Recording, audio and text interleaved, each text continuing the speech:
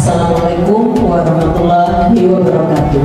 Waalaikumsalam warahmatullahi wabarakatuh. Alhamdulillahirabbil alamin, wassalatu wassalamu ala asrofil anbiya'i wal mursalin wa ala alihi wa sahbihi rasulillahi ajmain. Pertama-tama marilah kita panjatkan puji dan syukur kehadiran Allah Subhanahu wa taala, karena atas rahmat dan karunia-Nya lah kita dapat hadir pada hari ini di ruang rapat PU SMK Negeri 4 Sungai Penuh dalam rangka diseminasi budaya positif di sekolah. Salawat seiring salam tak lupa pula kita panjatkan kehadiran Nabi besar kita Nabi Muhammad sallallahu alaihi wasallam. Allahumma sholli ala sayyidina Muhammad wa ala ali sayyidina Muhammad. Yang terhormat Bapak Kepala Sekolah SMK Negeri 4 Sungai Penuh, yang terhormat Bapak-bapak dan ibu-ibu guru SMK Negeri 4 Sungai Penuh yang telah hadir di ruangan ini pada saat ini. Yang terhormat Bapak penyaji kita pada hari ini, Pak Hermansyah SPD. Beliau adalah salah seorang calon guru penggerak angkatan 11 dari SMK Negeri 4 Sungai Penuh. Dan tidak memperpanjang mukadimah, saya akan bacakan susunan acara kita pada hari ini. Yang pertama itu adalah pembukaan yang sedang saya laksanakan sekarang. Yang kedua, arahan dari Bapak Kepala SMK Negeri 4 Sungai Penuh untuk pembukaan acara kita pada pagi hari. Kepada Bapak kami persilakan. Bismillahirrahmanirrahim. Assalamualaikum warahmatullahi wabarakatuh. Waalaikumsalam warahmatullahi wabarakatuh. Alhamdulillahirabbil alamin.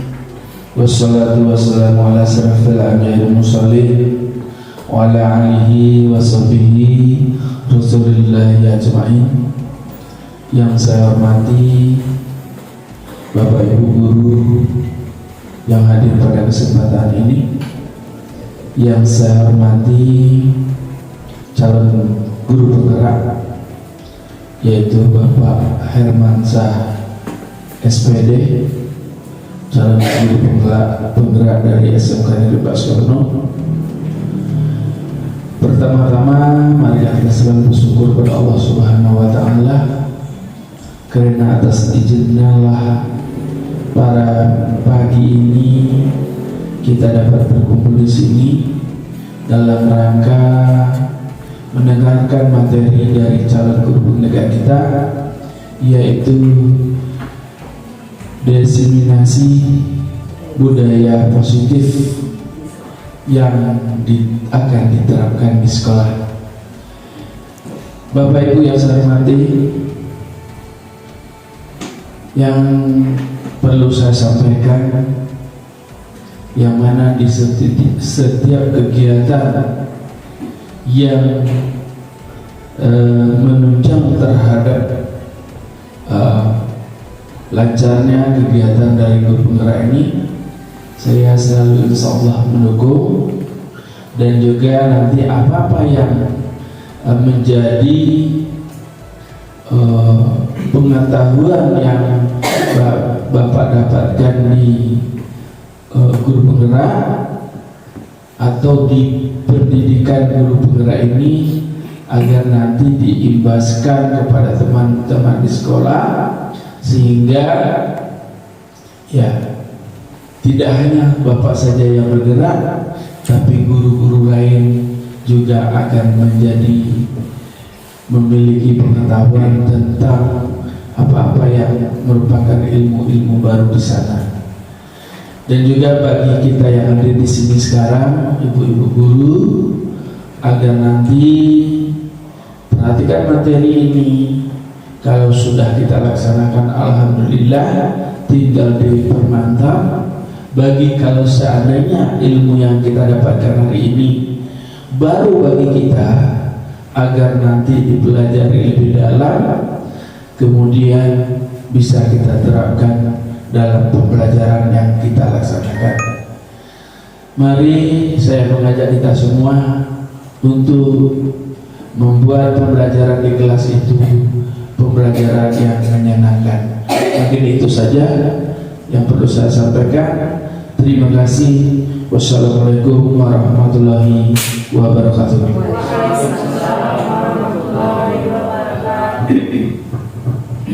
Terima kasih kepada Bapak Kepala Sekolah yang telah memberikan arahan untuk membuka acara kita pada pagi hari ini. Selanjutnya acara untuk penyampaian materi tentang diseminasi budaya positif di sekolah yang akan disampaikan oleh Bapak Hermansyah SPD. Kepada Bapak, waktu dan tempat kami persilakan.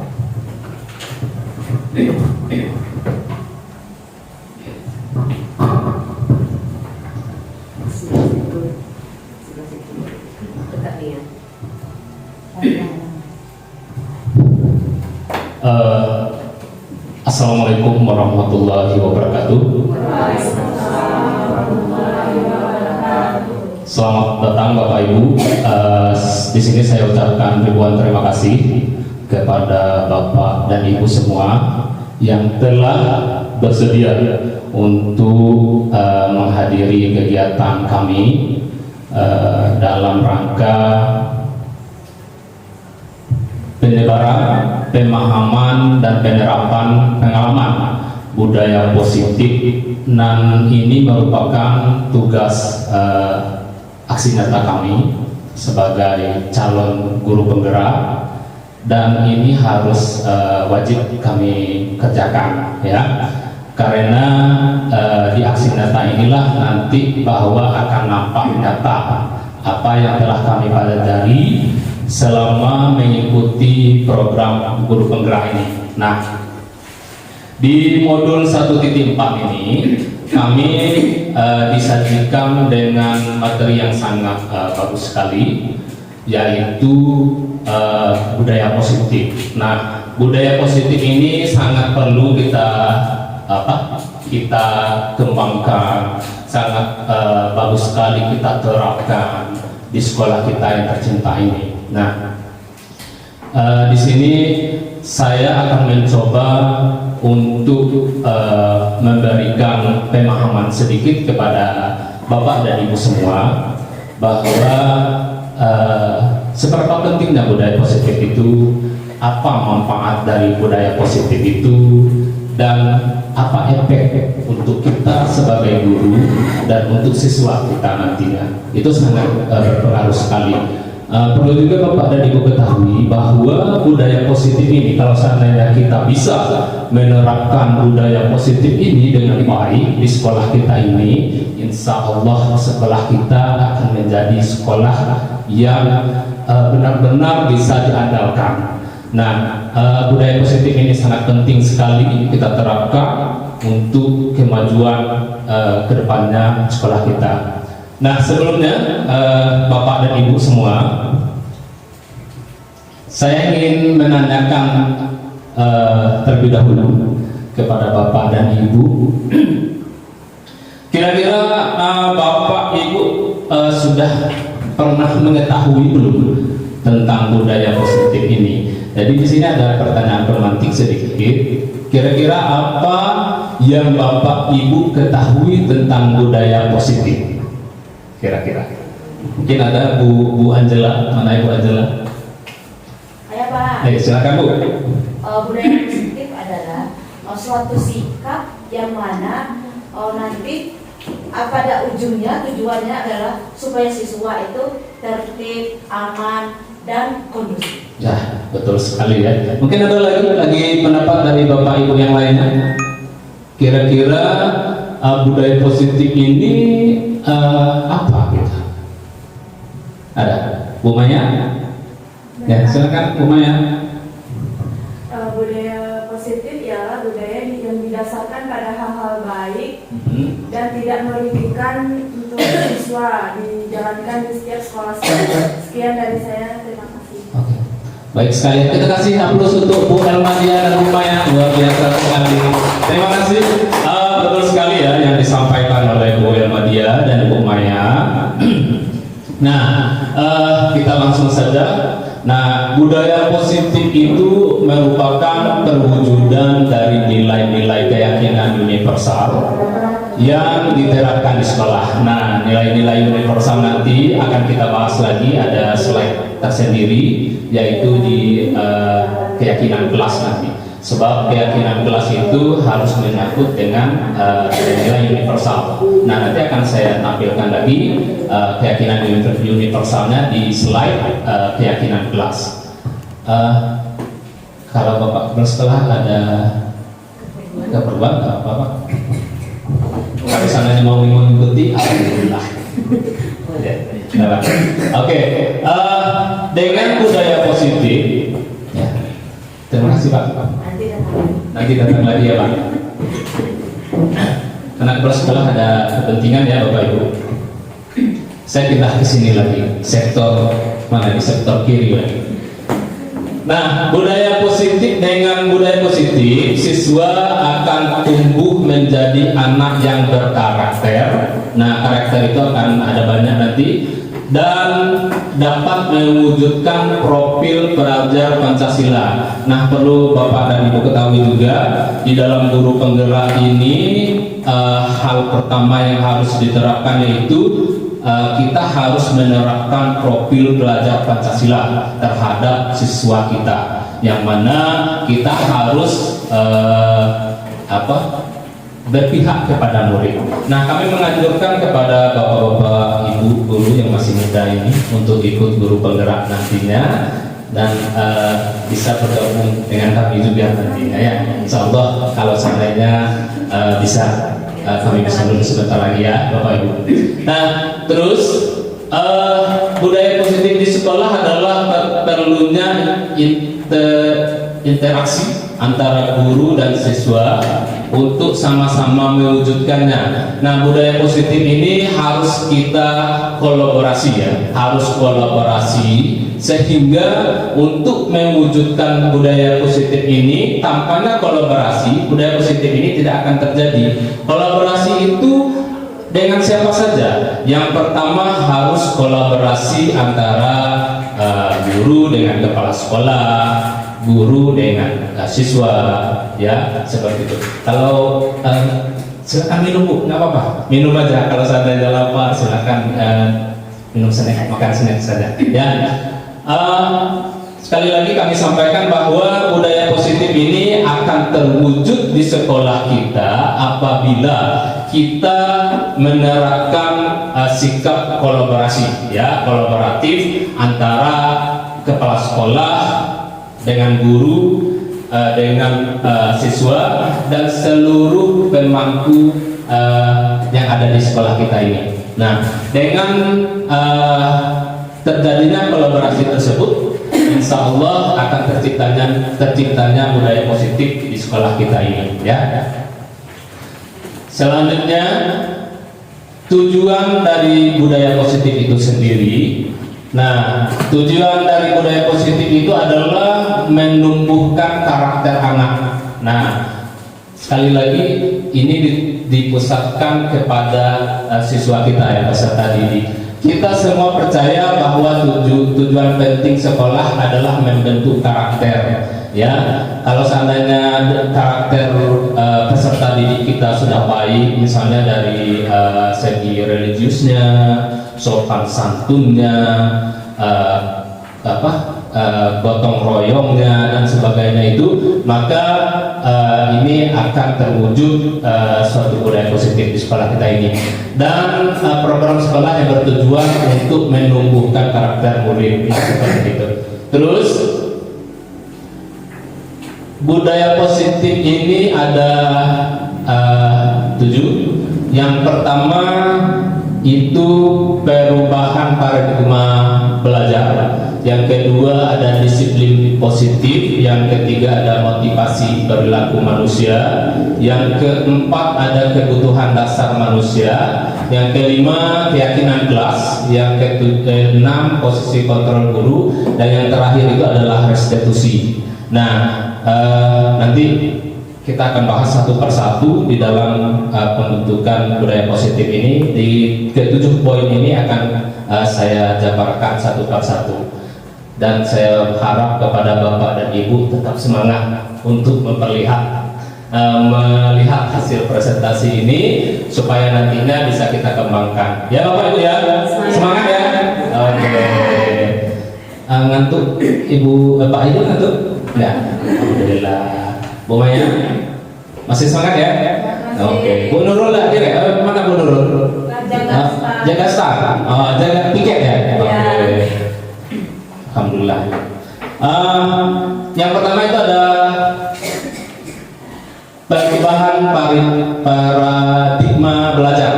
Nah, apa itu perubahan paradigma belajar?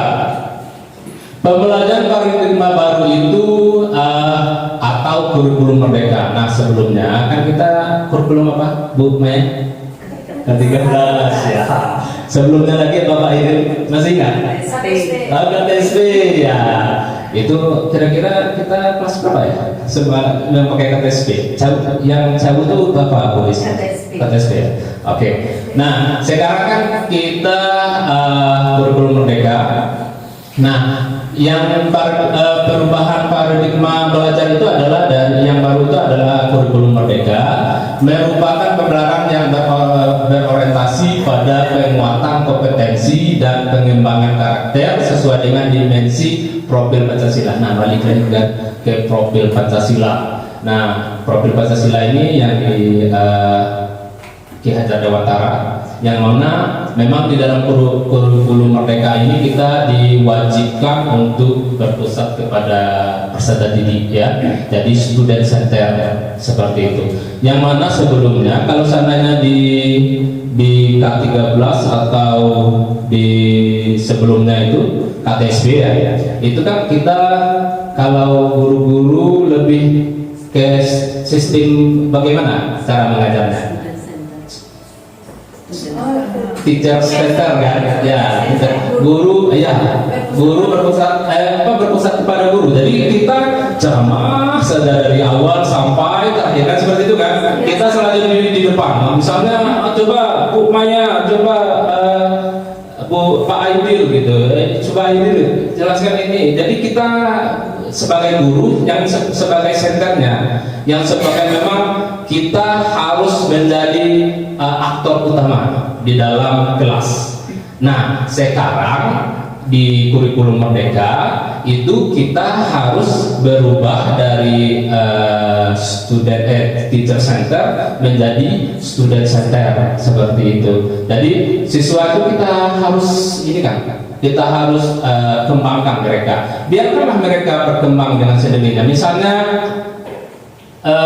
anggap saja siswa kita yang satunya kita, misalnya saya di DKP membuat desain, misalnya kan, membuat desain untuk logo, misalnya seperti itu. Nah, kalau sebelumnya saya menuntut siswa itu membuat pembelajaran seperti yang saya inginkan.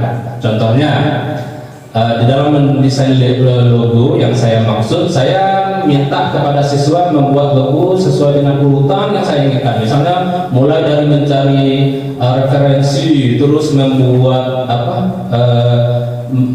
mendesainnya itu di kelas, terus harus membuat warna yang seperti ini, yang seperti ini. Itu saya yang berkuasa. Nah, sekarang saya mulai merubah paradigma saya dari yang seperti itu. Jadi saya bisa sekarang sudah mulai menerapkan dengan membiarkan siswa menentukan sendiri pilihan belajar mereka. Misalnya seperti ini. Yang sebelumnya kalau seandainya mendesain itu saya tetapkan mereka di kelas. Sekarang saya tanya dulu, kira-kira anak-anak semua, anak-anak sekelas DKP, kira-kira cocoknya untuk kalian mendesain ini di mana? Saya tanyakan seperti itu dulu, ya. Saya tanyakan mau di mana mendesain ini? Kalian bisa mencari inspirasinya. Misalnya dia bilang, oh saya cocoknya di bawah pohon itu Pak, ya silakan. Saya cocoknya di bawah pustaka Pak, ada sinyal wifi, ya silakan. Seperti itu. Jadi saya berikan kebebasan kepada siswa kita untuk menentukan cara belajarnya sendiri, tapi dengan tetap kita harus mengontrolnya seperti itu. Jangan kita biarkan dia keluar saja kita main HP tidak kelas kan seperti itu. Tidak seperti itu ya. Tetap harus kita kontrol. Nah, terus yang kedua itu ada disiplin positif. Nah, apa itu disiplin positif? Disiplin positif adalah cara menerapkan sikap disiplin yang bertujuan untuk menumbuhkan kesadaran serta memperdayakan anak mandiri melakukan sesuatu tanpa iming-iming hukuman, sogokan, ancaman maupun hadiah. Disiplin akan membentuk karakter positif anak agar kelak ia mampu menentukan diri mana tindakan yang harus dilakukan dan mana yang sebaiknya dihindari. Nah, disiplin positif ini kita tidak sesuai dengan ini tidak mengiming-imingkan hukuman. Misalnya, ayo Renata, misalkan kerjakan ini. Kalau tidak nilai kamu Bapak kasih 7 misal seperti itu. Itu kan ada iming-iming hukuman. Jadi siswa kita melakukannya itu dengan adanya ini beban. Jadi dia takut nilainya dapat 7 sehingga dia melakukan itu untuk kita. Nah, seperti itu. Dan terus ada juga dengan ancaman dan sogokan seperti yang ataupun hadiah tadi. Seperti itu ya, Bapak Ibu semuanya. Jadi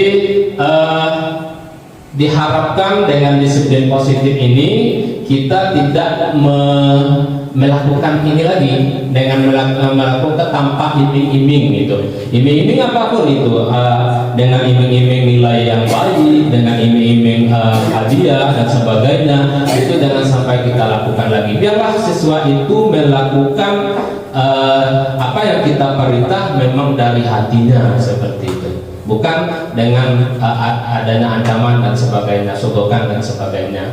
Terus disiplin positif juga mengajarkan anak bertanggung jawab, tertib serta rasa hormat dalam berinteraksi dengan lingkungan. Nah, seperti itu. Jadi inilah yang harus kita sebagai guru, sebagai pendidik di era globalisasi ini, di era modern ini, tugas kita adalah membawa siswa kita menuju yang seperti ini. Dia memiliki rasa tanggung jawab, tertib serta hormat dalam berinteraksi dengan lingkungan. Jadi tanpa harus adanya sogokan, iming-iming dan sebagainya, seperti itu. Mungkin ada yang ingin ditanyakan Bapak Ibu sebelum kita melanjutkan ke slide-slide yang mungkin lebih ini lagi hot lagi. Ada? Hot ya Pak? Hot. Soalnya kita ini sudah siang nih ya. Ya. Jadi bagaimana Bu kita lanjutkan? Masih semangat ya? Oke. Kita lanjutkan lagi. Nah, selanjutnya ada ice breaking dulu ini supaya tidak ngantuk. Ini sudah jam 12 ini. Supaya tidak ngantuk, saya minta ini ada instruksinya seperti ini. Buatlah kalimat dengan 2 kata dan disambung oleh guru lainnya. Ya, boleh.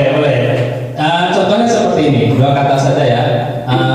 Sayang anak seperti itu. Ini contohnya kan ada sayang sekolah. Lalu misalnya saya tunjuk Bu Is, saya dulu nih sayang anak. Lalu Bu Is menjawab anak siapa gitu, anak saya gitu. Pokoknya menyambung yang seperti itu. Kalimat kedua, kata keduanya disambung gitu. Paham ya, Bapak Ibu ya?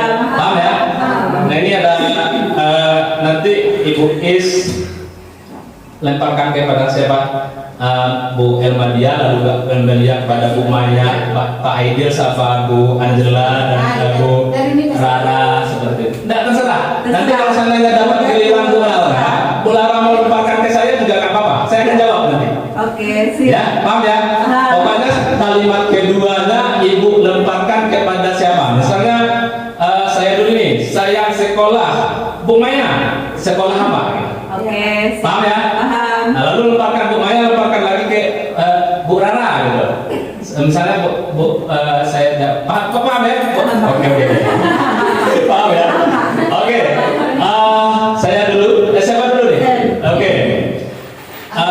sayang sekolah Buis. SMK Negeri 4 Sungai Penuh. Nah, oke, penuh. Lemparkan kepada siapa? Bu Maya. Penuh dengan kegembiraan. Oke, lagi Bu Maya. Kamu ke apa? Aidil. Nih. Gembira semuanya. Siapa lagi? Lempar lagi Pak Aidil. Bu Rara. Semuanya. Apa tadi? Gembira semuanya. Siswa. Ayo, Bu Maya, Bu Rana. Siswa kreatif. Kreatif. Lemparkan kepada Bu siapa? Ibu Bu Ana, kreatif. kreatif, cerdas dan Dua kata. kreatif, cerdas. Oke, cerdas. Lemparkan ke siapa? Bu Angela. Cerdas. Ya, cerdas. Cermat. Cerdas, cermat. Lempar ke siapa lagi? Bu Pizza. Bu Bisa. Cermat selalu. Ya, selalu. Lempar lagi. Siapa yang belum nih? Selalu. Wah, semangat. Selalu. Selalu tersenyum. Ya, oke. Tepuk tangan untuk kita semua. Terima kasih. Oke, supaya tidak ngantuk ya, soalnya sudah jam 12 ini, nasi belum datang ini. Oke, kita lanjutkan ya Bapak Ibu. Seterusnya ada 3 motivasi perilaku manusia. Nah, ini termasuk juga untuk siswa kita ya, Bapak Ibu semuanya. Nah, di sini 3 motivasi manusia ini ada yang pertama itu untuk menghindari ketidaknyamanan atau hukuman. Nah, seperti yang saya sampaikan tadi, bahwa ada siswa kita yang melakukan sesuatu yang kita perintah itu karena dia hanya melaksanakan itu hanya karena dia takut gitu, supaya tidak dihukum. Misalnya dengan dia memakai sepatu hitam seperti yang kita perintahkan, aturan sekolah kita memakai sepatu hitam seperti itu kan. Jadi kalau seandainya dia waktu kita tanya kenapa memakai sepatu hitam, takut, nah itu berarti disiplin budaya positif kita masih belum tersampai seperti itu. Jadi terus yang kedua untuk mendapatkan imbalan, ada juga bukan siswa kita saja, kita sebagai guru pendidik juga ada hal yang membuat kita untuk mendapat imbalan atau penghargaan dari seseorang. Misalnya contohnya saya saja lah, kadang-kadang ada ini mengerjakan ini takut dengan kepala sekolah seperti itu kan. Kita sebagai pendidik juga, siswa kita juga kadang-kadang dia melakukan itu karena dia hanya ingin mendapatkan penghargaan atau imbalan. Misalnya semangat sekali membantu kita untuk mengerjakan sesuatu, semangat sekali. Kadang-kadang dia hanya ingin nilai yang besar, nilai yang bagus seperti itu. Dia ingin mendapatkan pujian dan sebagainya. Terus yang ketiga untuk menjadi orang yang mereka inginkan dan menghargai diri sendiri dengan nilai-nilai yang mereka percaya.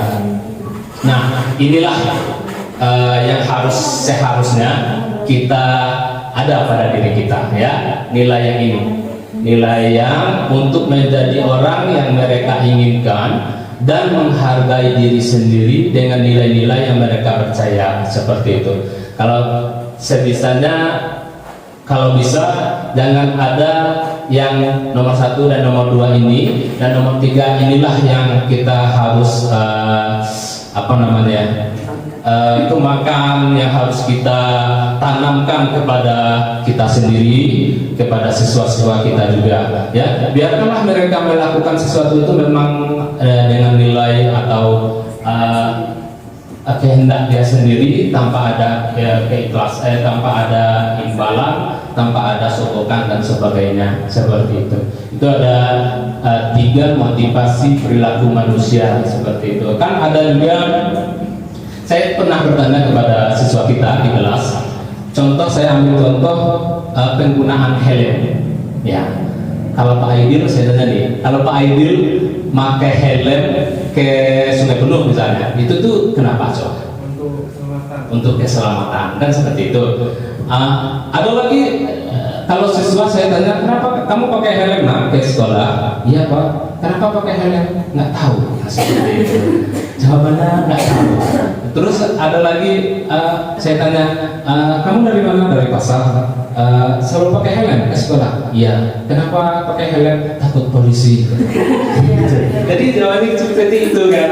Nah, padahal kalau seandainya pakai helm itu tadi yang seperti Pak Aidil jawab tadi ya, keselamatan seperti itu. Bukan karena kita takut ada Pak polisi sering di mana nih Pak polisinya di lampu merah ya. Pak polisi, bukan seperti itu. Seharusnya itu kita pakai helm ya karena keselamatan kita. Paham ya Bapak Ibu ya? Masih ngantuk? Tidak. Alhamdulillah. Oke, selanjutnya ada kebutuhan manusia. Nah, kebutuhan manusia itu Bu Biza butuh apa?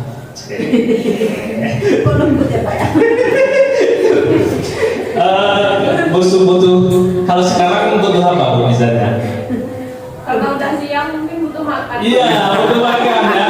Butuh makan. Kalau Bu Maya butuh apa Bu? Kalau saya Butuh kasih sayang. Bukan apa? Butuh minum. Oh iya, silakan minum Bu Maya. Kalau Bu ini Bu Resti mana? Bu Resti butuh apa sekarang Bu?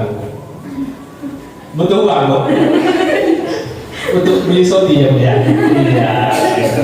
Nah seperti itu ya. Jadi kebutuhan dasar kebutuhan manusia itu adalah seluruh tindakan manusia memiliki tujuan tertentu ya. Jadi semua yang kita lakukan adalah usaha terbaik kita untuk mendapatkan apa yang kita inginkan. Nah, ketika kita mendapatkan apa yang kita inginkan, sebetulnya saat itulah kita sedang memenuhi satu atau lebih dari kebutuhan dasar kita, yaitu kebutuhan bertahan hidup. Kalau kira-kira Bu Resti tadi butuh uang tadi untuk bertahan hidup ya?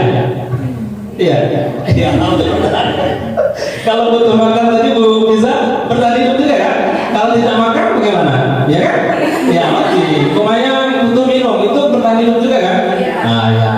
Jadi kalau bertahan hidup itu adalah survival, terus ada kebutuhan kasih sayang. Nah kalau saya butuh kasih sayang kayak.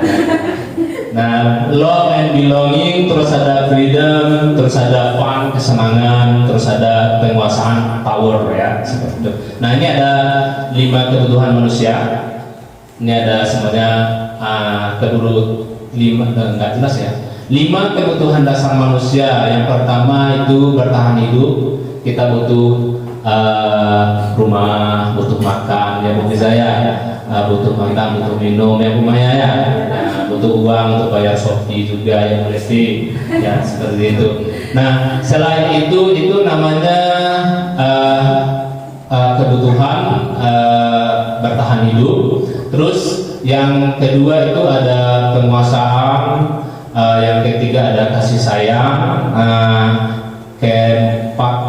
ketiga ada kesenangan dan kebebasan. Nah bagaimana penjelasannya?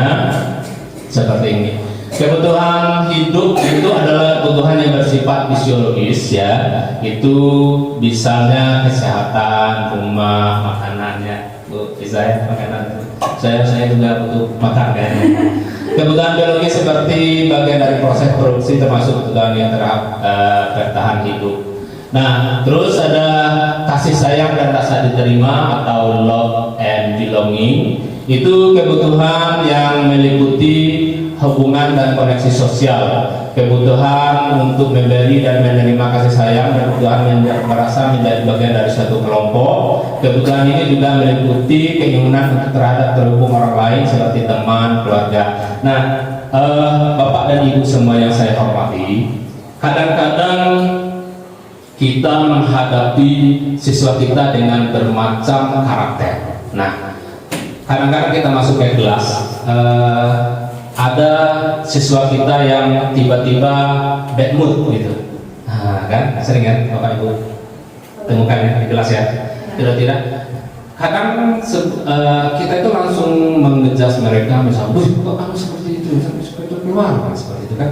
Padahal kalau seandainya kita telusuri, kita dekati, kita akan tahu nanti kira-kira mereka itu butuh apa gitu.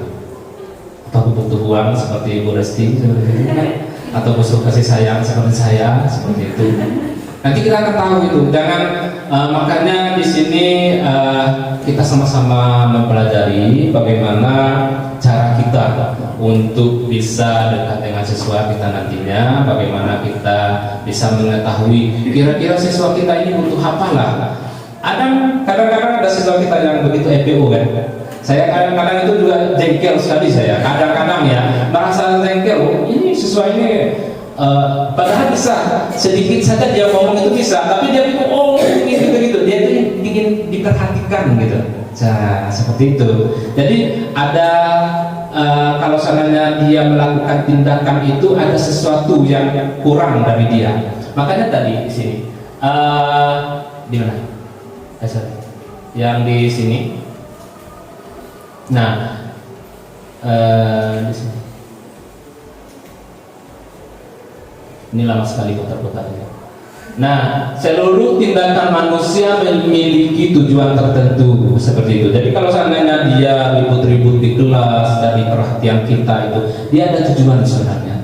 Ada sesuatu yang kurang dari dia hari itu ya. Mungkin di rumah dia tidak diperhatikan oleh emaknya, emak ya. Kita kan panggil emak ya. Ada yang panggil mama ya. Saya emak aja lah. Kurang diperhatikan oleh emaknya, kurang diperhatikan oleh ayahnya, seperti itu. Dari sekolah lah dia butuh, dia mencari kebutuhan dia yang kurang gitu. Nah, seperti itu. Dengan cara dia MPU lah, cari perhatian kita. Ya. Kadang-kadang siswa kita itu Bapak Ibu, dengan kita panggil saja, misalnya, ini maaf ya Bu Resti, kamu sehat hari ini nak? Dia itu sudah merasa diberikan kasih sayang sebenarnya. Ya seperti itu. Dengan pendekatan yang seperti itulah gitu. Jangan Resti keluar aja, ribut-ribut kamu kan seperti itu kan. Jadi itu malah jadi beban mental bagi mereka seperti itu. Jadi kalau seandainya kita panggil dengan baik, dengan pendekatan yang inilah yang penuh dengan kasih sayang, maka akan nampak nanti apa yang mereka butuhkan hari itu. Ya seperti itu ya. Nah, terus yang ketiga kasih sayang, yang ketiga penguasaan, kebutuhan penguasaan atas kemampuan. Nah, di sini kebutuhan ini berhubungan dengan kekuatan untuk mencapai sesuatu, menjadi kompeten, menjadi terampil, diakui atas prestasi, keterampilan kita didengarkan dan memiliki rasa harga diri. Nah, ini ada juga nih siswa kita, banyak kita temukan kalau siswa itu dia sudah menyampaikan pendapat tapi tidak dikasih aplaus seperti itu. Itu juga kadang-kadang mereka tidak merasa kok saya sudah betul jawabnya ya, kok tidak ada penghargaan seperti itu. Kadang-kadang siswa kita itu walaupun dia salah, tapi kita salah, kamu salah itu jawaban itu diusahakan jangan sampailah kita mengeluarkan kata-kata yang seperti itu. Kalau bisa setiap yang misalnya kita minta pendapat dengan siswa kita itu, kita usahakan untuk memberikan aplaus seperti itu dengan penghargaan. Insya Allah dia akan kalau seandainya tidak berani akan lebih percaya diri lah nantinya dengan cara yang seperti itu ya Bapak Ibu ya. Terus yang keempat kebutuhan kebebasan. Nah, kebebasan ini freedom tadi ya. Kebutuhan bebas ini adalah kebutuhan akan kemandirian, otonomi, memiliki pilihan dan mampu mengendalikan arah hidup seseorang. Seperti yang saya sampaikan tadi, biarlah kalau seandainya dalam kita belajar, dalam kegiatan proses belajar mengajar, itu biarkanlah mereka menentukan pilihannya mereka sendiri. Misalnya dengan mendesain di bawah pohon, dia bisa menghasilkan sketch atau desain yang bagus, kita bebaskanlah dia sendiri untuk menentukan kebebasan dia seperti itu. Biarlah mereka berkreasi, tapi dengan syarat kita harus tetap mengontrolnya. Ya seperti itu ya Bapak Ibu ya, paham ya. Semoga kita paham lah, saya juga paham lah seperti itu. Oke, selanjutnya yang terakhir mungkin kesenangan, kebutuhan untuk merasa senang ya, fun ya. Dari kebutuhan akan kesenangan adalah kebutuhan untuk mencari kesenangan bermain dan tertawa. Bayangkan hidup tanpa kenikmatan apapun, betapa menyedihnya. Ya, Bu Resti ya. Ini kan kira-kira kalau seandainya hidup. Izin ya. Ya, silakan, Bu. Kebutuhan saya boleh Pak. Iya, lanjut Bu, nanti Bu. Bu Angela, kira-kira di dunia ini tanpa adanya kesenangan apa yang akan terjadi kira-kira? Hampa, iya. Kayak lagu aja ya, bukan lagu aja lah ya. Hampa terasa, kan? Hidupku tanpa, ya, seperti itu. Jadi kesenangan ini harus ada ya, harus ada pada yang kebutuhan manusia tadi, yaitu ada kesenangan. Di sini anak-anak dengan kebutuhan dasar kesenangan yang tinggi biasanya ingin menikmati apa yang dia lakukan. Nah, jadi kadang-kadang dia ada kasus itu siswa itu dia belajar sambil nyanyi-nyanyi gitu. Ya, ada juga kan kita temukan kan. Nah, dia itu kalau sambil nulis sambil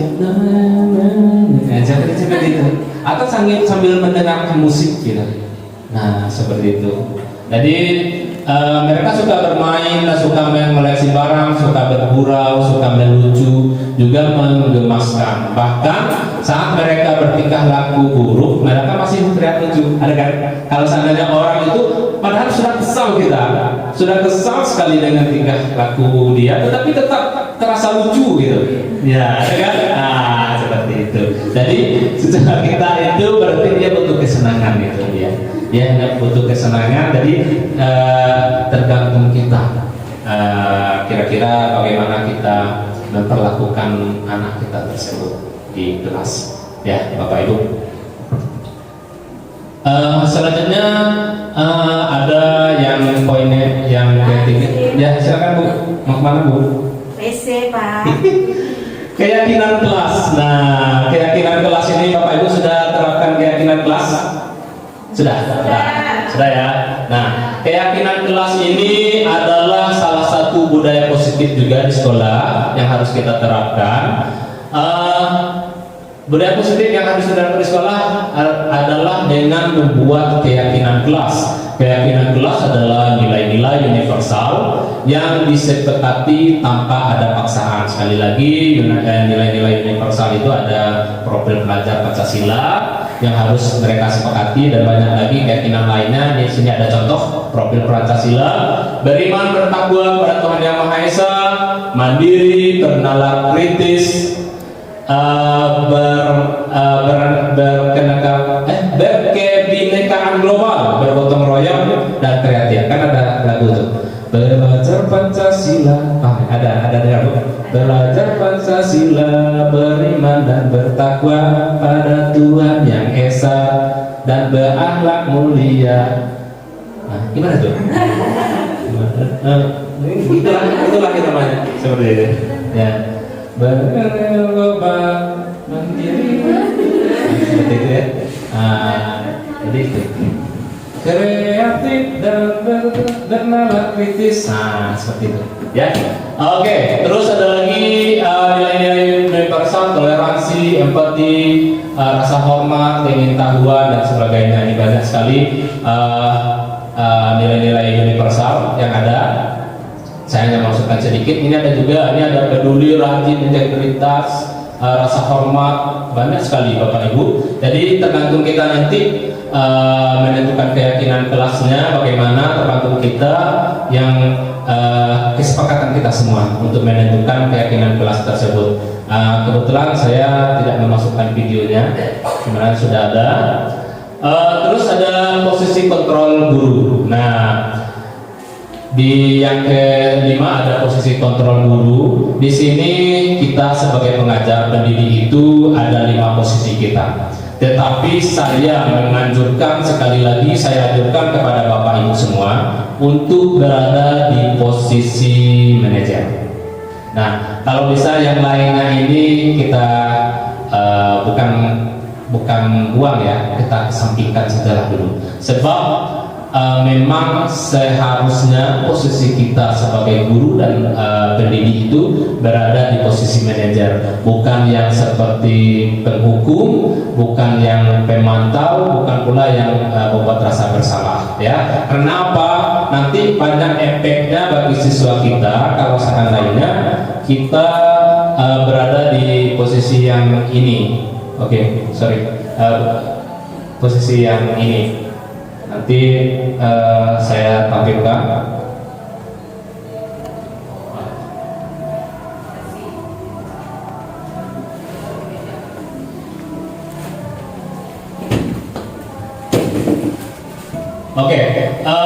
Kayaknya susah ini. Kalau seandainya kita berada di posisi teman, ya, posisi teman misalnya, ayolah lakukan ini demi bapak atau demi ibu, misalnya kan nanti, misalnya. Jadi kalau seandainya kita berada di posisi itu, selalu berada di posisi itu meminta siswa kita, ayolah nak, kita kerjakan ini, nanti dia akan merasa ketergantungan. Nah, siswa kita itu akan terpaksa tergantung dari kita saja, nanti biarlah bapak itu ini dulu gitu, seperti itu. Terus kalau seandainya kita berada di pemantau itu juga kita selalu memantau aktivitas mereka seperti itu kan. Jadi sebaiknya juga dengan kita gunakan. Terus apalagi membuat penghukum ini sebaiknya memang kita elakkan dari penghukum dan pembuat rasa bersalah ini. Pembuat rasa bersalah ini seperti apa? Coba Bapak Ibu ada yang tahu bagaimana membuat rasa bersalah ini? Seperti apa namanya? Silakan Mbak. Seperti mengucapkan kata-kata ibu kecewa. Iya, seperti itu ya Bapak Ibu ya. Kita selalu mengucapkan, aduh kamu ini bikin ibu kecewa aja. Kan dia merasa bersalah itu, ya. Kamu ini bikin kelas kita berantakan terus, kamu selalu bikin suara seperti itu. Jadi siswa kita merasa bersalah dengan ucapan-ucapan, omelan-omelan kita tersebut. Terus yang sebagai penghukum ini lagi lebih parah lagi. Sebenarnya kita langsung saja menghukum, misalnya dia terlambat suruh push up seperti itu kan. Dia terlambat, kenapa pakai baju putih? Seharusnya hari ini baju batik, kenapa pakai baju pramuka? Kamu ambil sampah dan sebagainya. Itu di posisi penghukum itu. Jadi seharusnya kan kita sebaiknya bagaimana coba? Sebaiknya kalau seandainya ada siswa misalnya yang terlambat, apakah kita langsung menghukum? Tidak ya. Sebaiknya bagaimana dulu coba, Bu? Kita tanyakan dulu. Seperti yang kita sudah bahas tadi, setiap tindakan itu ada alasannya, mengapa mereka melakukan hal tersebut ya, seperti itu. Terus yang terakhir ini adalah restitusi. Nah, apa itu restitusi? Kalau menurut dosen 2004, restitusi itu adalah proses menciptakan kondisi bagi murid untuk memperbaiki kesalahan mereka, sehingga mereka bisa kembali pada kelompok mereka dengan karakter yang lebih kuat, seperti itu. Jadi dengan adanya restitusi nanti ini kita buat, maka nanti kita berharap siswa kita bisa kembali kepada kelompok mereka tanpa adanya yang merasa minder, bersalah, sebagainya, seperti itu. Ya. Nah, terus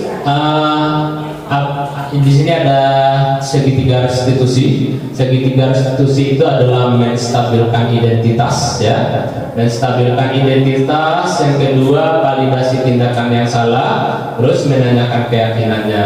Menstabilkan identitas itu adalah bagaimana kita berkomunikasi dulu. Misalnya ada siswa kita yang telah melakukan kesalahan nih, misalnya di saat kita proses belajar mengajar di kelas, ada siswa kita yang tidak mengerjakan tugas, misalkan seperti itu. Lalu silakan kumpulkan tugas yang minggu kemarin. Lalu ada salah satu siswa kita yang tidak melaksanakan tugasnya, kita akan langsung memarahinya gitu. Ya, kita langsung memeraihnya. Jadi sebaiknya disitulah kita lakukan restitusi tersebut, ya. Kita lakukan restitusi tersebut dengan menstabilkan identitasnya, memvalidasi tindakan yang salahnya. Misalnya dengan menanyakan kira-kira dia merasa nggak apa kesalahan dia hari ini. Jangan langsung bilang kamu tidak memberikan tugas dasar ya seperti ini. Itu Ibu Resti ya, seperti itu Bu? Nggak ya, nggak ya. Jadi sudah merasakan ini ya Bu Resti ya. Bu bisa sudah ya, Nah, alhamdulillah. Jadi kalau sebenarnya kita sudah melaksanakan, tetapi kita belum tahu nih bahwa seperti itu adalah restitusi ya Bu Rara ya. Ya, Bu Rara. Ya, sebenarnya kita sudah melaksanakan restitusi Bu Rara, tetapi kita kadang-kadang tidak tahu ternyata yang saya lakukan selama ini restitusi ya, walaupun stepnya belum lengkap seperti itu. Kadang-kadang kita hanya menanyakan validitas tindakan yang salah saja. Misalnya ada sesuatu yang salah, pasti Bu Rara nanya, kenapa kamu terlambat? Kan seperti itu. Ya, kenapa kamu tidak melaksanakan tugas tanpa menanyakan dulu, tanpa menstabilkan identitasnya dulu ya. Langkahnya itu sudah ada di restitusi sebenarnya, tetapi kita tidak sadar bahwa itu adalah sebuah langkah yang ada di restitusi. Nah, validitas identitasnya yang tadi itu kita menstabilkan identitasnya. Kita menanyakan kira-kira dia merasa hari ini dia merasa melaksanakan kesalahan atau tidak, seperti itu. Kira setelah itu kalau seandainya iya, misalnya jawab seperti itu, maka kita akan ajak mereka siswa kita. Nah, kita itu kira-kira mau tidak dia berdiskusi dengan kita untuk mencarikan solusi ini dari masalah hari ini.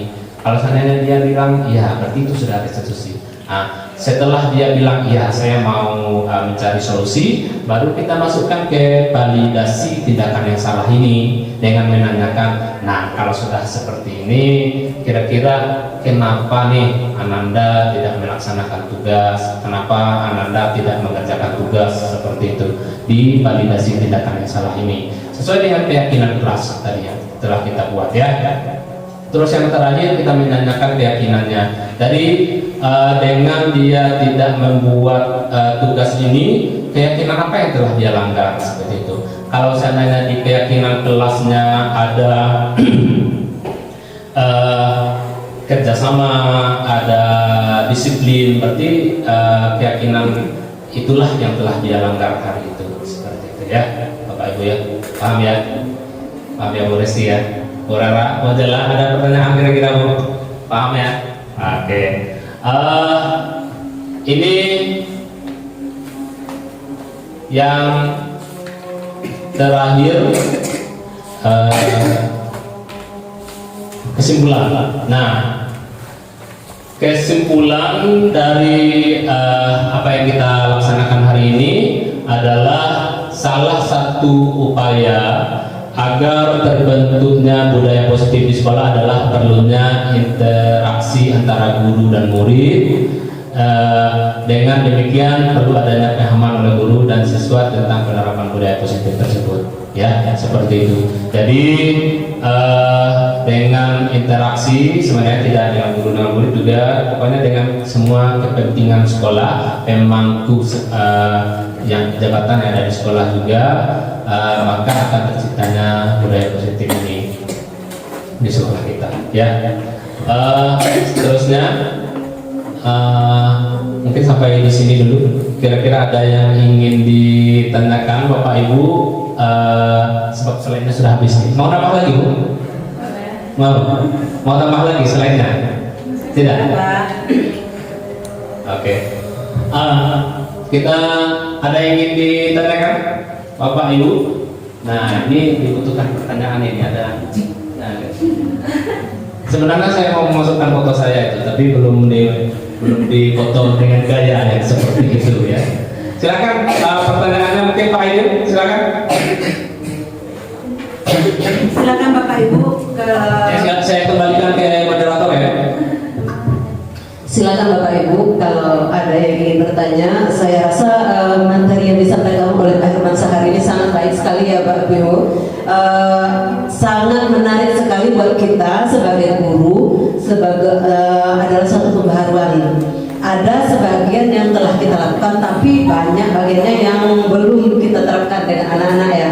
Silakan Bapak Ibu, ada yang mau bertanya? Silakan Bu. Bu Angela. Bu Angela. Baik, Assalamualaikum warahmatullahi wabarakatuh. Izin bertanya Pak, apa manfaat diterapnya budaya positif di sekolah? Baik, terima kasih. Silakan, ada yang mau bertanya lagi? Nah, silakan. Silakan Bu Resti. Assalamualaikum warahmatullahi wabarakatuh. Waalaikumsalam. Izin bertanya Pak, Ya, silakan. sebutkan salah satu contoh penerapan budaya positif di sekolah. Sekian, terima kasih. Ada lagi yang ingin bertanya? Silakan, Pak Aidil. Baik, Assalamualaikum warahmatullahi wabarakatuh. Waalaikumsalam warahmatullahi wabarakatuh. Izin bertanya, Ya. apa upaya penerapan budaya positif yang sudah ada di sekolah? Harapan. Terima kasih. Ya. Terima kasih.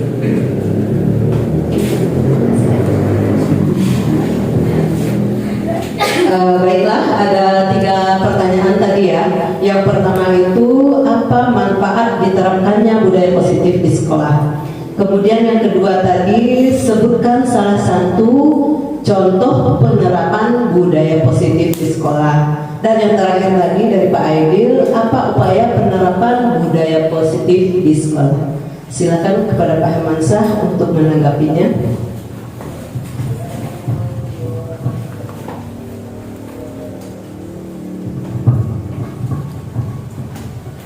Ya, terima kasih Bapak Ibu yang telah bertanya. Dari yang pertama dari Bu Angela ya, kira-kira manfaat dari budaya, apa manfaat dari budaya positif ini? Nah, seperti itu ya.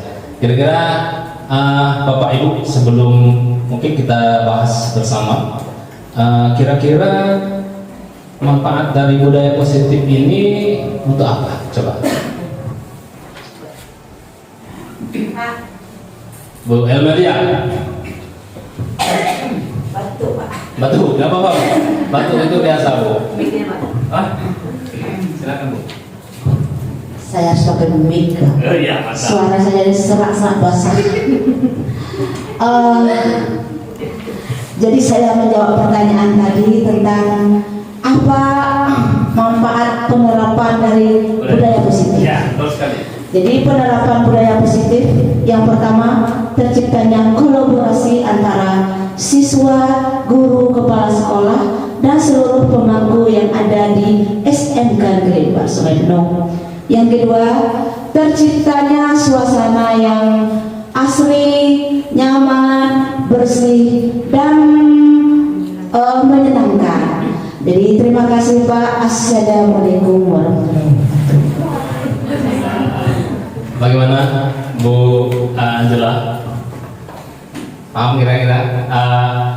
Jadi budaya positif, manfaat dari kita menerapkan budaya positif di sekolah itu seperti yang Bu Elma dia sampaikan, bahwa budaya positif ini juga tujuan dari kita membangun budaya positif di sekolah itu adalah salah satunya adalah menumbuhkan karakter dari peserta didik kita, ya. Nah, dengan terbentuknya karakter dari siswa atau murid kita, maka sekolah tersebut akan menjadi lebih baik nantinya, ya, seperti itu. Jadi budaya positif itu manfaatnya itu bisa membentuk karakter siswa murid kita dan bisa menjadikan sekolah kita itu sekolah yang menyenangkan, sekolah yang aman, dan sekolah yang menyenangkanlah bagi siswa kita, seperti itu. Ya, sudah Bu Angela. Ya, selanjutnya mungkin ada tambahan dari Ibu atau Bapak-bapak yang lainnya. Ada. Pas, oke. Terus dari Resti ya,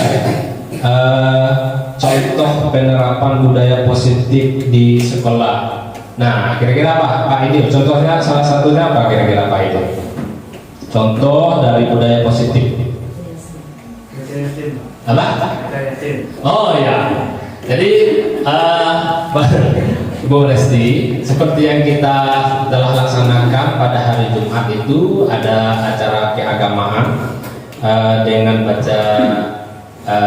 membaca Yasin ya, surah Yasin setiap hari Jumat. Terus kalau seandainya hari Sabtu kan kita juga ada K3 ya. K7 ya, K7. Saya ini lapar Bu, makanya ingat konsentrasi saya Bu. K7 maksud saya Bu. Nah, ya K7 30 menit sebelum pembelajaran kita sudah melaksanakan gotong royong. K7 membersihkan lingkungan sekolah atau lingkungan kelas. Itu salah satu bentuk budaya positif juga ya, contohnya. Atau bisa juga dengan bersalam-salaman setelah berbagi, Bu Resti ya. Kita kan setiap pagi setelah apel pagi, absen pagi kan sebelum siswa masuk kita sudah salam-salaman. Nah itu salah satu contoh budaya positif juga yang ada di sekolah. Lagi Bu Resti? 5S. 5S. Senyum, salam, sapa, santun, sopan santun ya. Nah seperti itu. Itu juga salah satu contoh dari penerapan budaya positif di sekolah ya. Jadi seandainya kita bisa menerapkan itu pada siswa kita, insya Allah sekolah kita akan menjadi lebih baik. Terus pertanyaan terakhir, upaya apa? Upaya penerapan ya, gimana nih? Upaya penerapan disiplin positif. Apa upaya penerapan? Apa upaya penerapan dari Bu Budaya siapa? positif di Bu sekolah. Pak Aidil ya? Ya. Upaya penerapan budaya positif di sekolah. Kira-kira apa nih Pak? Ada Bapak Ibu yang Saya bantu jawab. ini moderator, Bu moderator acara yang jawab. Boleh ya saya bantu jawab. Tadi saya mendengar penjelasan dari Pak Hermansyah tadi, saya sudah mendengar sedikit mencatat tadi upaya penerapan budaya positif di sekolah itu salah satunya itu dengan adanya kolaborasi antara semua warga sekolah, stakeholder yang ada di sekolah. Jadi mulai dari murid, guru, kemudian TU dan wali murid juga kita libatkan dalam upaya membentuk budaya positif di sekolah ini. Terima kasih. Assalamualaikum. Waalaikumsalam. Kita kasih tepuk tangan lah untuk luar biasa sekali ya.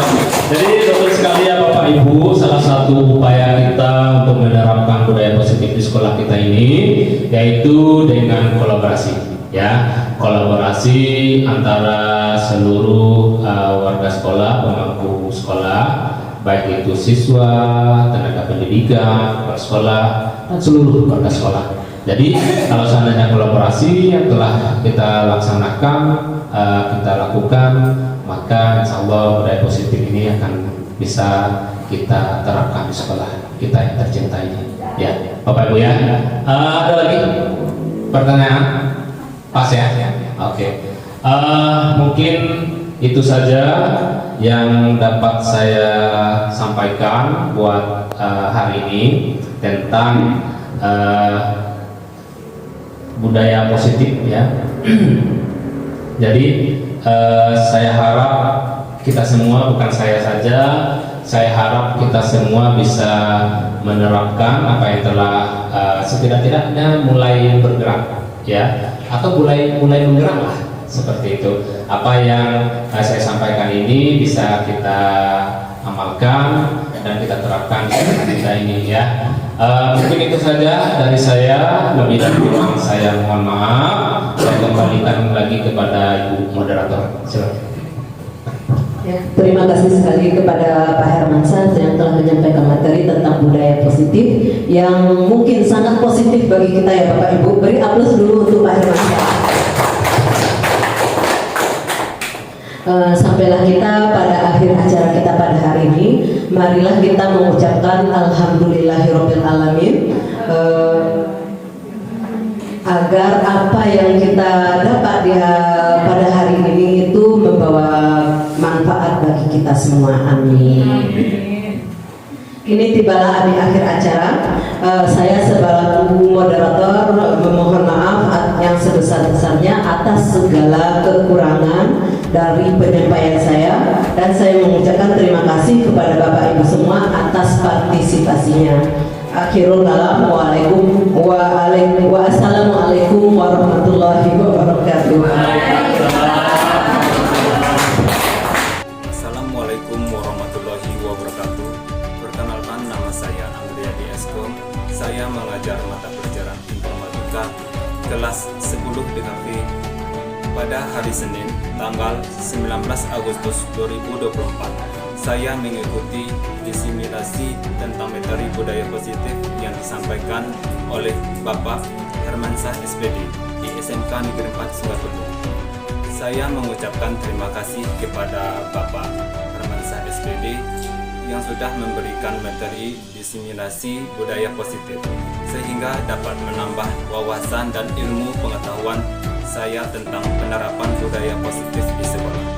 Selama ini kami belum mengenai istilah dalam penerapan budaya positif.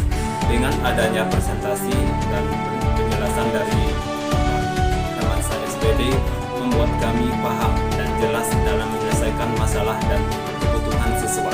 Terima kasih. Wassalamualaikum warahmatullahi wabarakatuh.